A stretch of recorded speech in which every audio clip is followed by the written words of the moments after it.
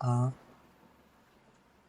अस्सलाम वालेकुम रहमतुल्लाहि व बरकातहू। जैसे बेटा हमने अपने पिछले लेक्चर में डीएनए की थोड़ी बहुत बात की थी और हमने यहाँ तक अपने बात रुकवाई थी कि डीएनए की हिस्ट्री हम थोड़ा बहुत आप लोग को बताएंगे।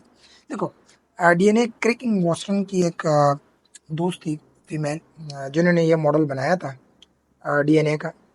डीएनए का जो मॉडल है वो क्या क्या हैं वो चीज़ें भी आप लोगों को बता दूंगा। तो उन्होंने जब बनाया और ये आ गई और क्रिक वॉस्टन के पास ये बताने लगे कि मैंने डीएनए के बारे में स्टडी कर दी और ये मुझे पता चल गया कि ये हेरिडिटी मटेरियल्स कौन सा होता है। फिर क्रिक और वॉस्टन ने कहा कि चलो हम आपको एक पार्टी बेस करते हैं और फिर उसको मार दिए गए और जिसके बाद उन्होंने कहा कि हमने डीएनए का एक स्ट्रक्चर बनाया।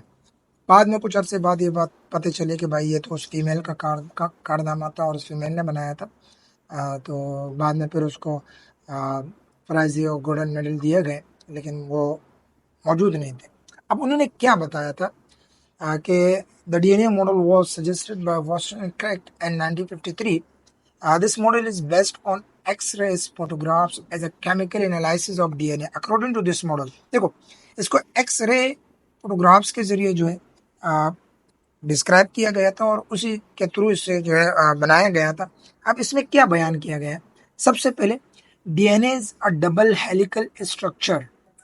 डबल हेलिकल स्ट्रक्चर का मतलब ये होता है कि जैसे हमने क्रोमोसोम्स में बात किया था कि क्रोमोसोम्स जो है वो हमेशा किस में होंगे? पेयर में होंगे। इसी तरह डीएनए के जो स्ट्रैंड्स बनते हैं वो भी पेयर स्ट्रैंड होते हैं और एक पेयर लिहाज से जो है ना वो स्ट्रैंड मूव कर रही होती है। Each helix is a polynucleotide change. देखो, एक जो चेन है या जो एक जो हेलिक्स है वो बहुत सारे न्यूक्लियोटाइड से बना हुआ है। देखो, पोली का वर्ड समझ लेना। पोली का मतलब होता है बहुत सारे। The mixture of chemical is known as a poly से chain which are twist around each other. और इंशाल्लाह जब हम इस स्ट्रक्चर की तरफ जाएंगे, वापस ऊपर जाता हूँ तो इस स्ट्रक्चर की तरफ जाएंगे।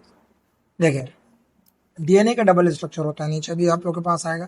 तो ये डबल स्ट्रक्चर होता है, डबल हेलिकल इसको कहा जाता है। सही, एक तो ये डबल हेलिकल है, डीएनए का स्ट्रक्चर ये रहा। देखो, एक तो ये डबल हेलिकल है, ये एक हेलिकल बना हुआ है और इसके साथ साथ ये दूसरा हेलिकल है। अभी हम ये भी स्टडी करेंगे कि इसके अंदर जो ये रेड कलर दिया गया है, येलो कलर दिया गया है, ये कुछ न्यूक्लियोटाइड इसके अंदर पाए जाते हैं। अब उन न्यूक्लियोटाइड कौन कौन से होते हैं वो याद रखिएगा, क्योंकि ये हमेशा पेयर से मिलकर बनते हैं। तो इनमें जो न्यूक्लियोटाइड बनते हैं वो चार न्यूक्लियोटाइड्स मिलके डीएनए बना रहे होते हैं। एडेनिन, थाइमीन, साइटोसिन और गवानीन। याद रखिएगा कि एडेनिन हमेशा थाइमीन के साथ बॉन्ड बनाएगा। ऐसा नहीं है कि एडेनिन थाइमीन गवानीन के साथ या थाइमीन साइटोसिन के साथ बॉन्ड बना। देखो, ये नाइट्रोजनस बेसिस है, इसी से मिलकर ये डीएनए बनता है। तो इसके अंदर जो नाइट्रोजनस बेस पाए जाते हैं वो चार है, ये याद रखिएगा, रट लें जिसको अच्छी तरह से। एडेनिन, थाइमीन, साइटोसिन और गवानीन, ये चार बेसिक नाइट्रोजनस बेस है जो डीएनए को बनाता है। हमेशा एडेनिन थाइमीन के साथ बॉन्ड बनाता है, जैसे यहाँ पर है एडेनिन थाइमीन, थाइमीन एडेनिन। और गवानीन साइटोसिन के साथ बॉन्ड बनाता है, जैसे रहा गवानीन और ये है साइटोसिन। अब इनको, अब ये वाला तो स्ट्रक्चर समझ आ गया कि ये थाइमीन और एडेनिन से बना, लेकिन यहाँ पर जो अटैचमेंट है या यहाँ पर जो अटैचमेंट है या यहाँ पर जो अटैचमेंट है, ये अटैचमेंट कौन सी होती है? तो याद रखिएगा, that will be attached by the hydrogen bond. ये कौन से बॉन्ड पे अटैच होते हैं? हाइड्रोजन बॉन्ड पे अटैच होते हैं। तो दोबारा इसके स्ट्रक्चर को थोड़ा सा स्टडी करते हैं। एक ये क्या है? DNA is a double helical structure, double helical structure होता है। दूसरा, each helix is a polynucleotide.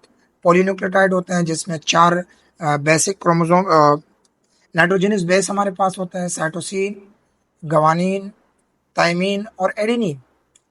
इस डीएनए और आरएनए में एक चीज की फर्क होती है, एडेनिन होता है, थाइमीन होता है, लेकिन थाइमीन एडेनिन के जगह यूरेसिल पाया जाता है और एक शुगर पार्टिकल कम होता है, इसीलिए वो आरएनए होता है, राइबोज न्यूक्लिक एसिड। और DNA deoxy ribose nucleic acid जो एक कंप्लीट शुगर होता है, 6 मॉलिक्यूल इसमें पाए जाते हैं। दूसरा क्या बात जी के, the outer part is called upright which are made up of deoxyribose sugar and phosphate. अब जो इसके जो बेरोनी स्ट्रक्चर होता है, आउट पार्ट होता है, ये वाला जो पार्ट है जो ब्लू कलर का नजर आ रहा है, आउट पार्ट जो कहलाता है, ये आउट पार्ट बनता है, इसको अपराइट कहा जाता है, और ये डीऑक्सी राइबोज न्यूक्लियो राइबोज से बनता है, और साथ साथ में फॉस्फेट ग्रुप बनता है इसमें से। नेक्स्ट है the inner part called rungs.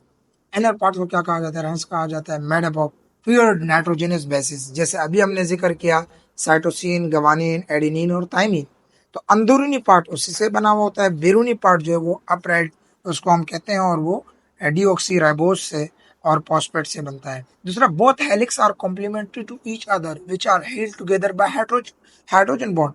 वही जिक्र जो अभी मैंने किया, दोनों एक दूसरे के ऊपर कॉम्प्लीमेंट्री है।